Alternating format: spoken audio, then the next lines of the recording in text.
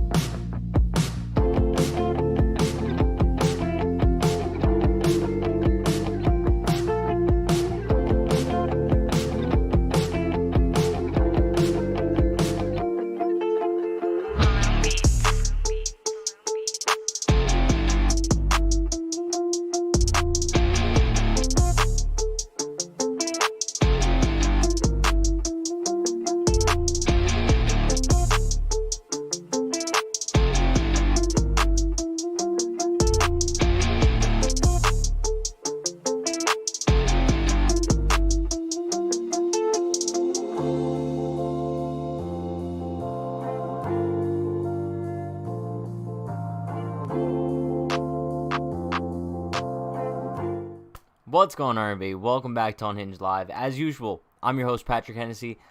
A little bit different today, right? I'm by myself, solo dolo. You guys know the deal. But we have a little bit of a new setup going on here. Let me give you guys like a little bit of a tour of what's going on. On top, you could see it's kind of the donations, like the super chats, kind of in like a little ticker format. Also, it says like pregame on there or whatever. On the right, we have the chat, and then kind of below that is kind of just random stuff that's going on. So I think that's gonna be the new format for when we do like solo pregame, post games. I don't know. Let me know what you guys think. Also, all the comments kind of come up. I don't really have to pull them up individually, which is kind of cool. But yeah, hashtag solo Hennessy. Love to see that. But listen, shout out to Alex with the $2 super chat. Appreciate you, my man. The Yankees could really use Mike Talkman now. Yeah, let's kind of start things off by talking about the Aaron Hicks news. I'm pretty sure he has a torn. What was it? A torn something in his wrist, sheet or something. I don't know what that means. I'm not a doctor, but if he needs to get surgery, which I'm expecting he will most likely have to, he's going to be out for, I think, 3 to 4 months, they said, which is a little bit ridiculous, especially considering, listen, the Yankees trade away Mike Talkman. Like, I don't know. Oh, also, chat, when someone donates, look at this little thing of Brian that comes up. Look at that. Look at that. I should probably move that ahead of the Unhinged logo over there. But yeah, back to the whole Mike Talkman thing. I kind of posted this on our Twitter, right? I'm like, the Yankees really traded away Mike Talkman to kind of improve their bullpen, right? An area of their team that necessarily didn't need improvement. And now looking back on it, they definitely regret that deal. Like, I can't imagine they don't regret it. The bullpen was already strong, right? Already solid. And then you're trading for Wandy Peralta, who's another left-handed pitcher. You already have 3 in there. And you basically take away from the outfield depth. So I guess, as Lori just said, Florial's promoted to AAA. If he performs well there, I would say within the next week or so, we might be able to see him in the major leagues. But the injury to Hicks is just so brutal in the sense of the dude just can't stay healthy, right? I mean, I've kind of been a defender of Hicks for the past few weeks. Past month or so, actually, he's been struggling. And we've seen him turn it around. We saw like the beginning of a turnaround before he got injured. And now it's just kind of all gone to waste, right? Because now we're back with injury-prone Hicks. And the Yankees should have seen this coming, though. Like, before trading away Talkman, don't you want to wait to see how the depth of your outfield kind of holds up for a little bit before just giving up on Mike Talkman? Because now the Yankees have Brett Gardner as their everyday center fielder. It's not an ideal situation whatsoever. But yeah, let's get into the Yankees lineup. New little format for the lineup as well. Yeah, let's take a look. We got LeMahieu leading it off, Stanton 2, Judge 3, Voit cleaning it up 4, Frazier in left batting 5, Gardy in center batting 6, Andujar 7, Higgy 8, Wade 9 with Kluber on the mound. It's kind of brutal because I'm going to be honest, 5 through 9, this lineup sucks. Bro, like, look, chat, let's be honest with each other. 5 through 9, this is a really bad lineup. I'm sorry. Like, You look at Frazier, Gardner, Andujar, Higgy, Wade. None of these guys are batting over 200. Granted, Andujar is a small sample size, but I mean, bro, like this sucks. This actually sucks because a couple days ago we were looking at the Yankees lineup and we're like, wow, like we have the death lineup for the first time all season, and now all of a sudden we're back to being like a AAA team. Annoying. But it is Kluber versus Kramer. So I guess Kluber on the mound is one of the bright spots of today. Simply because Kluber has been so freaking good in his past few outings. He's really solidified himself as the Yankees' number 2. Great stuff to see. And the Yankees kind of hit Kramer pretty well. He's already faced them twice this year, so I think that they could easily get to him. A guy I would pick to watch tonight would be Aaron Judge. I know it's the easy pick here, but he's been hot lately. I know ever since like that rough streak he had to kind of wrap up the homestand, he's been good. He's been solid. He had a really good series against the Rays. Raised his batting average up a bunch. So I think Aaron Judge would be the guy to watch tonight. I am predicting a home run for him. I don't know. Chat, let me know what you guys think. But yeah, let's kind of take a look at some of these chat comments here. I'm really liking this new solo layout. Look at this. You guys see all like the donations and stuff on top. It's beautiful. It's actually, this is really good stuff. Shout out to Alex with another $2 donor, my man. Genuinely appreciate it. Call up prospects for better lineup depth. Now, it's confusing because the Yankees don't necessarily have a single prospect right now where you could kind of look at them and be like, yeah, they're 100% ready to come up. You know what I mean? You could look at Estevan Florial and be like, yeah, he seems like he might be ready, but they just called him up to AAA and didn't bring him straight up to the majors, clearly because he has stuff to work on, right? We saw when he came up with the Yankees for a very, very brief stint last season, it was evident that he wasn't major league ready. And kind of, I don't know, I guess I kind of want to see him perform at AAA first before we kind of just throw him into the big leagues. But then again, he can't be any worse than Brett Gardner and Clint Frazier, right? I mean, if Estevan Florial does come up and is as bad as Clint and Gardner, whatever. Like, you just bite the bullet at that point. But that's kind of why we needed Tauchman. And I hate harping on this, but I've been talking about this for weeks now. The loss of Mike Tauchman is so much more significant than, like, we realized at the point. Just because we should have expected Hicks to get hurt. Like, I don't know what we were thinking, but we really should have expected it. Let's take a look at some of these other chat comments. Dirtbike Nation says, package for Story, Torres and Hicks for Story, and call up Florial. Dirtbike Nation, I'm going to tell you this, bro. That's not happening simply because no one's going to want Aaron Hicks right now, especially with the whole injury thing that's going on. He's under contract for the next 5 years. He's under contract for the next 5 years, which is crazy. It's crazy to think about. I know he's not getting a lot of money, but I think kind of the important thing here is that he's under contract for the next 5 years. At the time, we thought it was a steal because he was coming off that ridiculous 2019. Stanton is scratched from the lineup. Left quad tightness. Is that legit? Don't even say that. I'm actually going to be sick to my stomach. So Stanton was scratched from tonight's lineup with left quad tightness. And now all of a sudden, we have Gary at DH. It seems like every time we come on here for a pregame, something bad happens. I don't even know what to say anymore. Bro, like, what are we doing? What is going on? What's actually going on? Because now I'm starting to get a little bit pissed off. Now you're telling me we're going to lose Stanton too? Also, chat, let me know if the audio levels are good. I don't know if my mic's too loud, too low, or whatever. But speaking of Stanton now, so Stanton has left quad tightness. It's kind of frustrating because I saw Aaron Boone said before that they were going to experiment with Stanton maybe being in the outfield. Clearly that's not the case now because the dude has left quad tightness. So what are we doing? Bro, we could never catch a break. We could literally never catch a break. So I don't know if this is a result of him maybe getting some reps out there in left field. I don't know, but this is getting a little bit ridiculous at this point. Audio's good. Thanks, Anthony. Oh my God. I'm so sick, bro. like, every single time we come on, I say at least once a week, I come on here for a pregame, and something ridiculous happens in the time span. Whether if it's someone getting injured, someone testing positive for COVID, Mike Talkman being traded, we could literally never do anything on these pregames. I'm sorry, chat. Like, we literally can't do anything. Anthony says, wait, so who is filling in for Stanton? Looks like Gary Sanchez is filling in for Stanton for now. He's not the worst guy to have at DH. But if Stanton has to miss any sort of significant time now, I don't even know what to say. I'm just at a loss of I'm at a loss for words now, because we've kind of been talking so far this season of how lucky the Yankees have been as far as injuries go, right? They really haven't had too many big daggers. They had the couple injuries in spring training to Voit, Britton, little minor injuries with Gio and O'Day. But other than that, they really haven't had anything big. And now here we go. Hicks, wrist injury, probably going to be out for a couple months. And now Stanton, left quad tightness.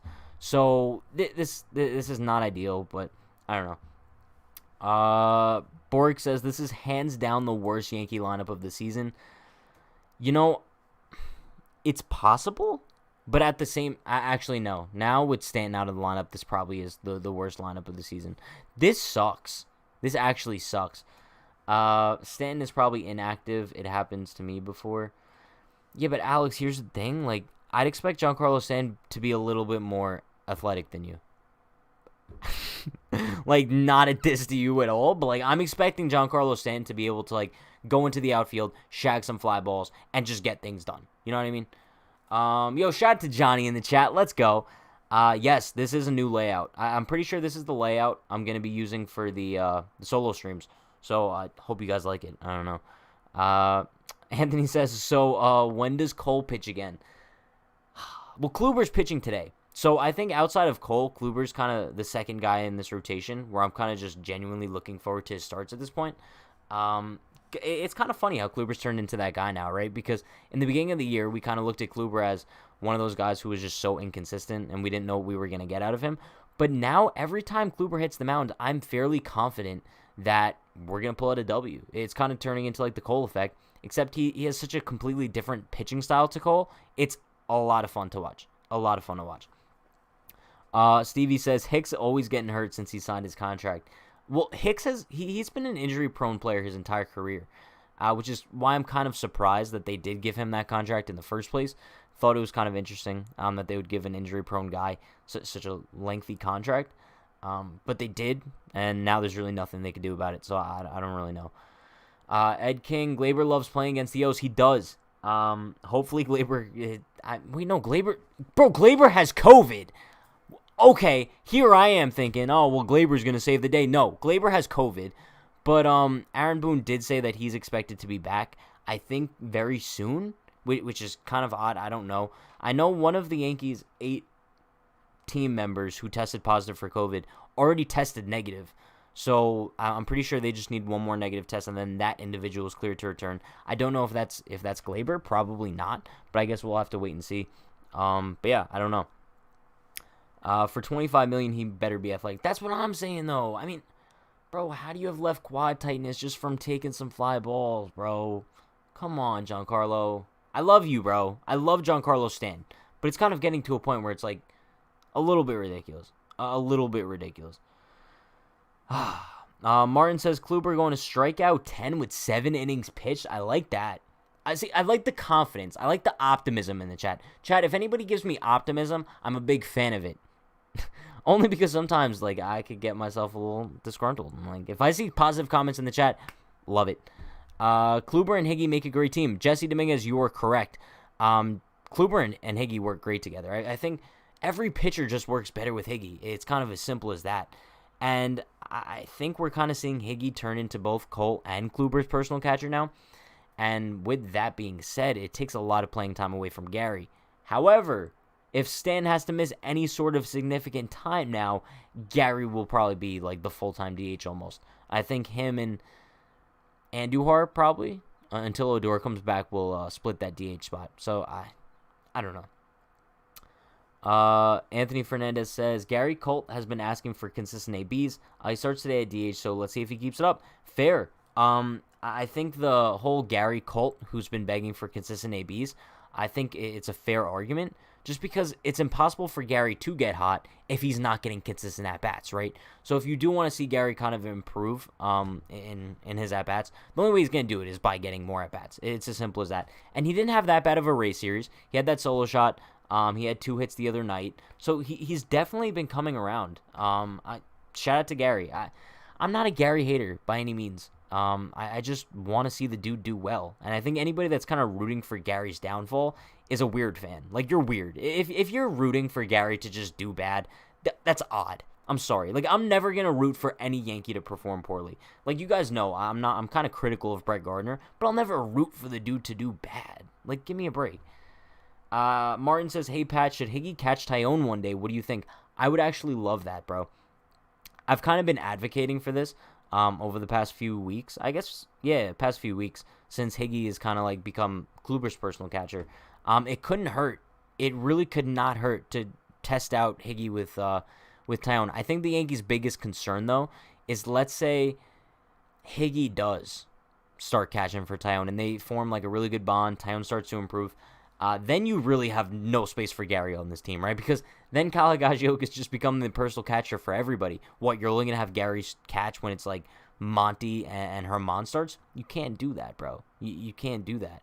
So, I don't know. I guess we'll see. Damian says, at least we were playing the Orioles. That's true, but also these aren't the same Orioles from years past, right? I mean, this is an Orioles team that's not that bad. They have quite a few good hitters in that lineup. Cedric Mullins, beast, bro. He's been murdering us all season. You also have Mountcastle. Austin Hayes isn't bad. Trey Mancini. They don't have a terrible lineup, but they do have pretty bad pitching that I hope the Yankees could, like, maybe wake up their bats for. I don't know. Would be nice to see. Michael says Chapman is the key to a World Series. Fair. I think this is a completely different Chapman this year, and I can't see him blowing another postseason game this year, so I guess we'll have to wait and see about that. Alex says, if we could score one run versus the Rays pitching, then we could score a couple versus the Orioles pitching. Bro, you would like to think so, and we kind of thought the same thing last time we faced Baltimore, and then all of a sudden Matt Harvey just completely dominates us, so you never know what to expect.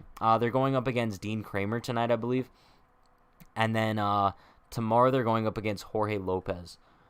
Jorge Lopez, you guys remember Jorge Lopez. He's pitched against us twice this year. He's not good. He's terrible against every other team against in the majors except for us. It seems like every time he faces us, he just is an ace. I don't know. But I'd like to see the Yankees just start the series out with a W tonight. Let's see. Spade says, if I need a pinch hit homer, I pick Gary or Odor. I still have confidence in him. And Odor should be back fairly soon. I don't know exactly when his IL stint does end, but I'm assuming it would be sometime within the next week or so. So hopefully he'll be back. And then once Odor comes back, it kind of has the infield make a little bit more sense, right? Especially with Glaber out. I think you would have Gio at shortstop, assuming Gio's healthy too. Bro, this is ridiculous. But then you put DJ at third, Odor at second, and then either send Miggy down or put Miggy on the bench. I don't know, but once Odor's back and healthy and Gio's back and healthy, Andujar just unfortunately has no space on this team. Unless Stanton has to miss time and then Andujar kind of takes over as the full-time DH. I don't know. We have so many injury scenarios right now. It's kind of ridiculous. It's a little bit ridiculous. Let's see. Laurie says we have the third worst offense in the league, followed by the O's and the Tigers. Is that true? That would actually suck. I don't think that could be true. Like, based on what stat, though? Like, batting average? Because there's no way the Yankees' offense has been that bad this year. Let's see. Jamie says, Yankees have gotten next to no offense from left field, center field, and first base. This needs to change. It does. Like, if you look at the Yankees' outfield, it's just a little bit weird. Simply because we had such high expectations for the outfield going into the year, right? We had such high expectations for Judge, who's been very good. Shout out to Aaron Judge. He's kind of been the only one. But other than that, we had high expectations for Hicks. He didn't perform, and now he's hurt. Should be out for a couple months probably. Clint, such high expectations for Clint. I predicted Clint would be an all-star. Laugh at me. It's fine. But he's been so disappointing. Brett Gardner, we had no expectations for him, but he's just kind of been worse than we could have thought, I guess. I don't know. But, and then you trade away Mike Talkman, so who's left? Who's really... Call up Derek Dietrich. Give me some hashtag bring me Dietrich. Hashtag bring me Dietrich in the chat. Because at this point, what do you have to lose? The entire Yankees team is either injured or has COVID or underperforming. What's the worst thing that could happen if you call up Derek Dietrich? I hate harping on this, but you guys know it's true at this point. Let's see what we got in the chat. Cabizone says, it's a good time for Boone to become a real manager and work through the injuries moment. Yeah, I mean... I would like to see the injuries and stuff go away, right? I would prefer Aaron Boone not to have to, like, manage a broken lineup. You know what I mean? It's a little bit boring just to see him just have to work with a team that's just not good, right? Because at this point, it's like, can we blame Aaron Boone for putting this lineup together? No, you can't, because it's not like he has much better to work with. Sure, he has to put Tyler Wade in the 9-hole. Like, there's not much better to go with. I'm sorry. Martin says, I really hope DJ gets the team going again. You know he's not having a bad year, but he's going to get hot soon. I believe he will. Yeah, and I believe DJ's batting like 260, something around that range, which isn't terrible, but it's terrible for DJ standards, right? So I hope that he can get things going. I feel like the lineup kind of feeds off of him. And yeah, I think as long as he could get it going soon, it's all that matters. I think he's still probably going to finish the season with like a plus 300 batting average. I'm not too concerned whatsoever. But shout out to Alex with the $5 super chat. Shout out to you, Alex. Genuinely appreciate you. You are the man. Quad injuries usually don't lead up to something bad in athletes. Bro, Dr. Alex, I hope you're right. But, like, I think we're just so scarred from injuries within, like, the past few years or so. The smallest thing just totally just ticks us off. I mean, everyone remembers how panicked we all were when Aaron Judge had that side soreness thing. We're like, oh, well, there goes the oblique. So, hopefully this Stanton quad issue is nothing. But at the end of the day, like, we still have to be a little bit frustrated. But genuinely appreciate the $5 dono, my man. Run back that Brian GIF real quick. Let's go. Let's see. Martin says, my pick to rake Miggy. He knows he has to hit. He knows he's there for his bat, not his defense. He has something to prove. P.S. He hits the Orioles well. Miggy is a good pick to watch. I don't know if I'd pick him myself, but I think he's a guy to keep an eye on simply because, like you said, he knows he has something to prove. But I don't know. I don't know. I haven't been too impressed with Miggy over the past couple years, especially since 2018, really. He just hasn't been the same guy. I don't know. I don't know if we're ever going to see that guy again, but I hope we do. Spades is giving me some math. I was looking at the Rays stats, 413 total strikeouts, and they've played 39 games. 39 times 27 equals 1053. Pat could have done that math because he's good at math. Thanks, Spades. So half of their outs via strikeouts. Rays suck. Bro, but we knew this. Like, the Rays never had a good lineup. Never had a good lineup. And for some reason, whenever they played us, they would just completely mash. I don't know why. I don't know how. It's just frustrating, but it seems like the Yankees are finally getting the edge on them, right? And we talked about this on the postgame last night. I know a lot of people were discouraged losing the last game of the series so brutally. But I think the important thing to remember, like I kept repeating last night, the Yankees just took 2 out of 3 from the Rays at the Trop. That's huge. Mentally, league-wise, love it. Let's see. Jamie says, if Gittins couldn't get a look with Voit out, I wonder if we will see him as long as Voit stays on the field. I doubt it. I think as long as Voit is healthy, we're not going to see Chris Gittins. I think Gittins could be a huge trade piece, though. I would love to see Gittins get a shot in the majors, but I just don't know if I see it happening with the Yankees. But like I said, they could maybe use him as a trade chip. I don't know. PJ King says, I'm actually a Stanton fan, but these injuries frustrate the hell out of me. And it's fair to say that. I think I'm kind of on the same boat as you. Huge Stanton fan. I love Giancarlo Stanton. But it's kind of getting to the point where how much longer are we going to deal with these injuries until we have a right to get frustrated, right? And I think at this point we do have a right to get frustrated. It's very fair to say. David says, imagine if Voit was still out. We'd have backups for first base, center field, shortstop, and DH. Kind of crazy to think about. It's honestly, David, it's crazy to think about, but not too crazy in Yankee standards, right? we've watched a team for the past few seasons who have been so brutal dealing with injuries. It wouldn't really blow my mind so much if you told me in the offseason that by the middle of May we would have like 4 guys out. I wouldn't be mind blown at all. Danny says 3-team trade scenario in which we get Castillo and Story. 3 teams obviously being Reds, Yanks, and Rockies. I don't see it happening. I just don't. But if they did, they'd probably have to give up a lot. Like, you'd probably have to give up like Dominguez and Torres. I don't know. Let's see what we got. Yanks really need to trade for a quality left fielder. Don't see any MLB-ready options on the farm. And that's the most frustrating part, right? It's not like the Yankees necessarily have a guy they could call on right now to kind of just come up who's ready, who can fill that role. I know Estevan Florial is that guy for a lot of people. I'm waiting to see him perform in AAA. And I think that's fair. I think that's fair. Like I mentioned before, we didn't see him perform too well in the major leagues last season. He kind of proved he can't hit a curveball. So I'd like to see him perform in AAA first before I get my hopes up too much. Let's see. Fritz says, right now our window for the World Series is closing. Half lineup not being able to single, keep a rally alive. Additional like Tyone. But he would be better in another market. Absolute wrong construction team. I'm not going to say that. Obviously, every year that goes by, the window closes a little bit, right? That's just how the game works. But I don't think the window's closing anytime soon. I think anybody that's kind of like counting the Yankees out of the World Series this year is crazy. They have a very good chance of winning the World Series this year, especially if they make some move at the deadline as well. Yeah, they're definitely capable of doing so. Castillo is the worst pitcher in baseball right now, which is surprising. He's given up 32 runs and 56 hits. Now, here's my thing. That's exactly why I can't see the Reds trading him right now. Why would the Reds trade Luis Castillo when his value is essentially at its all-time lowest right now, right? It would make absolutely no sense for them to deal him.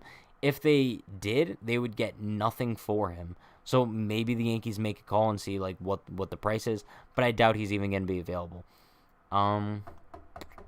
Lori says, I don't know why the Yankees would choose to take the J&J vaccinations, which are only 56% effective. I think we talked about this on the postgame last night. Because I think Cashman said he got like the other one. I don't know. But I think what the Yankees' idea was they would just get like that one shot and kind of just deal with it. They wouldn't have to like wait a month, and they would just be able to like reach that threshold much quicker than other teams, I guess, right? So I guess that's what their idea was. I don't know. But yeah. Derek says, in fairness, how many current Yankees on the roster can hit a curveball? Yeah, but no. I mean, it's a much different thing than Florial, though. Like, Florial looked lost against Major League pitching. Like, we can't ignore that. I know it was such a small sample size. But, like I always say, let's see what he does in AAA. Let's see what he does in AAA. I think we need a great outing by Kluber today as a pick-me-up. Would be a nice boost for overall confidence. Bro, I'm just saying, like, the Yankees could easily sweep the Orioles. Like, we know this. It's going to be tough only because the final game of the series, they are going up against John Means, who's having a ridiculous year, by the way. Like, Cy Young numbers from John Means. So, last game is probably going to be a little bit tough. But Yankees could easily walk into Baltimore, even with this halfly constructed team, and still sweep them. Like, let's not get it twisted here. The Yankees might win 15-0 tonight just because Dean Kramer's not that good at all. And they have Corey Kluber on the mound, who's been their second-best pitcher all season. I'm not concerned whatsoever. At all. Futai says, hashtag #PattyGoat. See, this is why Futai's the man. Futai is the man. Anthony says Kluber will shove. I hope he does. Let me give my predictions as far as what I think Kluber's going to do tonight. I think we're going to see a gem. I think we're going to go 7 2/3. I think he's going to give up 1 earned run, 9 Ks. I think he's just going to miss 10. So 7 2/3, 1 earned run, 9 Ks. I think that gets the job done. I think as far as like final score goes, I think the Yankees win tonight 4-1. I don't think we see that many runs tonight from the Yankees, but I think they score enough to get the job done. I don't know. Borg says, Pat, do you think we see Stanton in the lineup tomorrow? It's tough. Knowing the Yankees, I'm going to say no. Just because you guys know they like to be very cautious with him and Judge especially because they have been so injury prone over the past couple years. So yeah, I would say I don't know if this is a hot take, but I think he sits the rest of the series. I think he probably returns for Texas. Chad, I don't think that's a hot take. I think Stanton sits for the Baltimore series. It's not like the Yankees don't have another option at DH. They could kind of work Gary in there, Andujar in there. So, best case scenario, I think we see him last game against Means. But then again, they might not want to risk it. I don't know. Yes, Johnny, the game is in Baltimore. 7:05 start time, I believe. Next week, though, the games against the Rangers start at 8, which is kind of cool. Not going to lie. I kind of like the 8 o'clock start times. Should the O's just cut Chris Davis already? I know he has some years on his deal, but at this point, he has a sunk cost at this point. Has he played with them at all this year? Because I remember looking up his stats in, like, the second week of the season or so, and I couldn't find any stats for him. Let me check. Bro, it doesn't look like he's even played a game yet with them this year, so I don't know what his deal is. What championship caliber moves for deadline do you think would be realistic? Difficult to find alternatives, be cheap, especially with injuries all over MLB. Many teams focusing on less good players. Oh, he's on the IL. Okay, well that makes sense. I would say, listen, the perfect move. You call up the Nationals, right? They were just in the Bronx. I'm sure Cashman has their GM's phone number. Listen, let me get Scherzer and Schwarber. You fill 2 holes, bro. You improve the outfield with a left-handed bat like Schwarber, and then you improve the rotation with Scherzer, and you absolutely solidify that rotation. You walk into a playoff series with Cole, Scherzer, Kluber, it's done. The series is over. I'm sorry. The Yankees win the World Series with that rotation. It's as simple as that. Austin Lugo says, Pat, you're so underrated. Keep up the good work, bro. Shout out to you, Austin Lugo. You keep up the good work, bro. Let's see what we got. It's ridiculous how Ford bat flipped on a ball he hit into the Orioles left field, Camden Yards, and he hit to second row. Like, bro, moment, he thinks he's jacked. He is kind of jacked. He's a big boy. I don't know. But yeah, let me make my home run predictions for tonight. I think I was going to pick Stanton, but Stanton's no longer in the lineup. So I think my home run prediction, I'm going to go with Judge. I'm going to go with Clint. You guys know I got to go Clint every night. I'll go one more. One more home run. Who are we going to get? Let's go Gary. I think I'm going Judge, Clint, Gary. Voit is a very good pick, too. Voit's probably my honorable mention. That's very fair. Johnny says, is it bad that I don't want Schwarber? I know he is a lefty, but approach-wise, he is pretty much the same guy as everyone else in the lineup. My thing, though, is the Yankees have been in love with Schwarber for years, right? They love Kyle Schwarber. I feel like it's only a matter of time before they do acquire him. He's probably going to be a Yankee at some point in his career. And I think if you could kind of get him in the deal for Scherzer and not give up too much extra, I think you do it. He's not any worse than Brett Gardner or Clint Frazier. He's just not. So, yeah. Like I said, chat, let me run through my predictions once again. I think Clint, Judge, and Gary all go yard tonight. I think the Yankees win 4-1. Voit, keep an eye on Voit, too. Maybe he's going to get things rolling after coming back from injury. Kluber, I had him go 7 2/3. I believe I said 1 earned run and 9 Ks. So we'll definitely see about that. But that is going to wrap things up for today's pregame. Hope you guys enjoyed it. Hope you guys enjoyed like kind of the solo pregame style. New layout. Look at the ticker on the top. You got the chat on the side. All the comments are all on the screen. So hope you guys appreciate that. But yeah, I will see you guys for the postgame directly after the game. So be sure, like, comment, subscribe, turn on post notifications. I will be live directly after the game for the postgame. Solo, once again, so stay tuned for that. You guys know the deal. Stay happy, stay healthy, stay safe. See you after the game. Let's go, Yankees. Peace.